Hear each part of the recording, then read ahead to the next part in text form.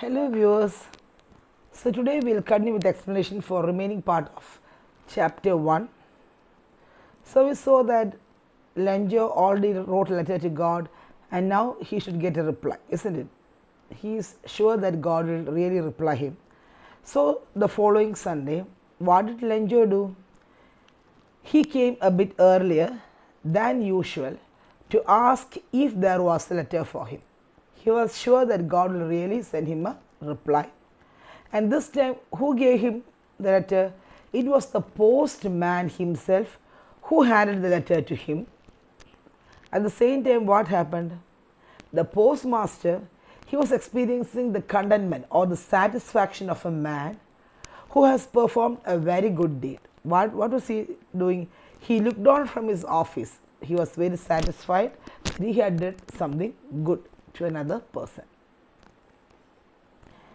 Lenjo showed not the slightest surprise on seeing the money. Such was his confidence. So Lenjo, he was not at all surprised to see the money. Why? Because he was sure that God will reply him. God is there. He had that deep faith in God and he was sure that God will send him the money. But what happened? But he became angry, very angry, when he counted the money. What did Lenjo do? He confidently counted the money, isn't it? But when he counted the money, Lenjo became very angry. What happened?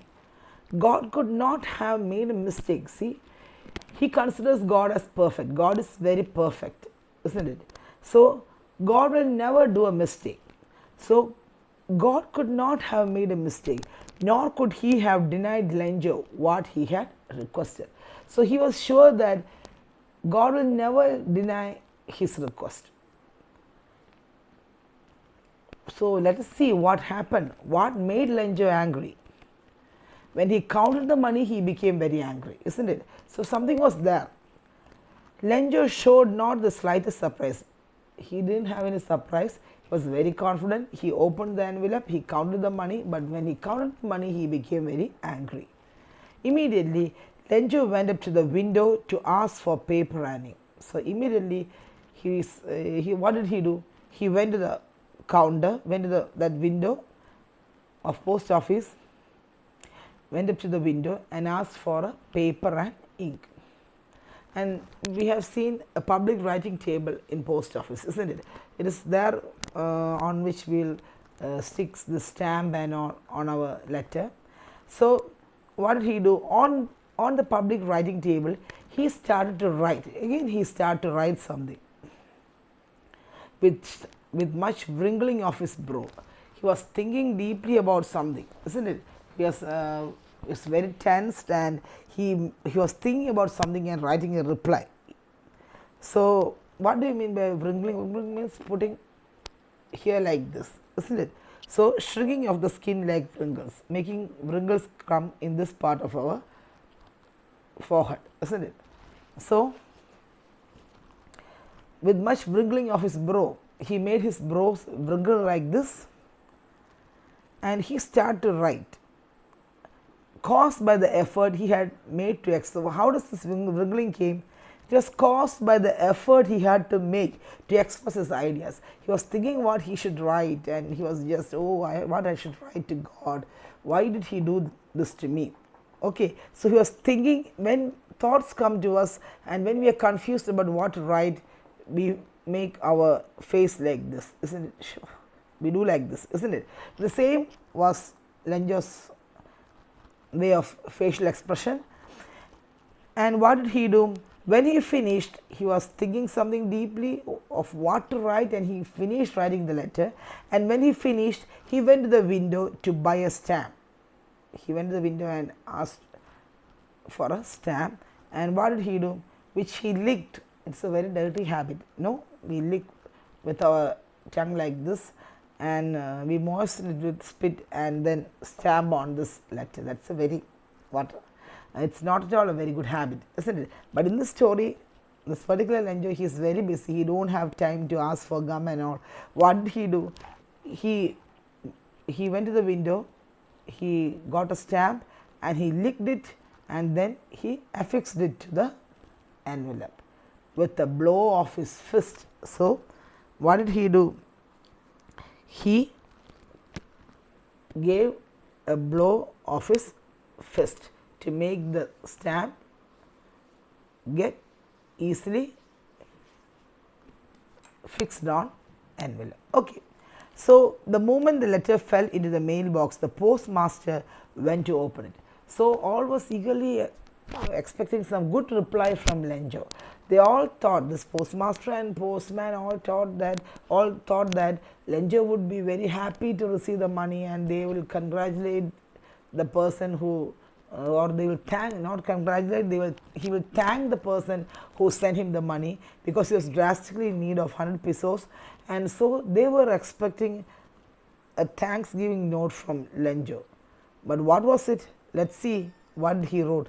The moment the letter fell into the mailbox, the moment Lenjo wrote letter, then what did he do? He affixed the stamp on it, then affixed a stamp on envelope, and then what did he do? He put it in a mailbox.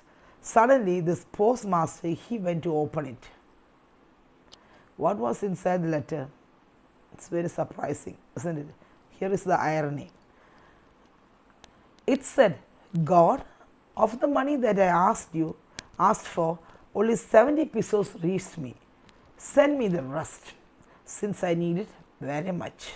But don't send it to me through the mail, because the post office employees are a bunch of crooks. So, what did Lenjo think? What do you mean by crooks? Crooks means dishonest people.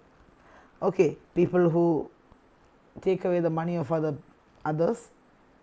And so here there is irony. We can say that here is irony. Why? Because what was postmaster and postman expecting? They were expecting a thanksgiving note from Lenjo. At the same time, they were the people who sent money to Lenjo. But what did Lenjo do? Lenjo didn't thank them. Instead, he called them crooks in his letter to God. He didn't know that they are the people who sent him the money. So, what was expected to be a thanksgiving note turned out to be a complaint note, isn't it? Lenjo complained to God and told him, hey, dear God, please don't send the money, the rest of the money through this mail. Why? Through the mail. Why? I don't believe this post office employees. They are all dishonest people. They are all a bunch of crooks. He wrote like this. Okay. So, here comes the end of the story. So, I hope all of you enjoyed the story.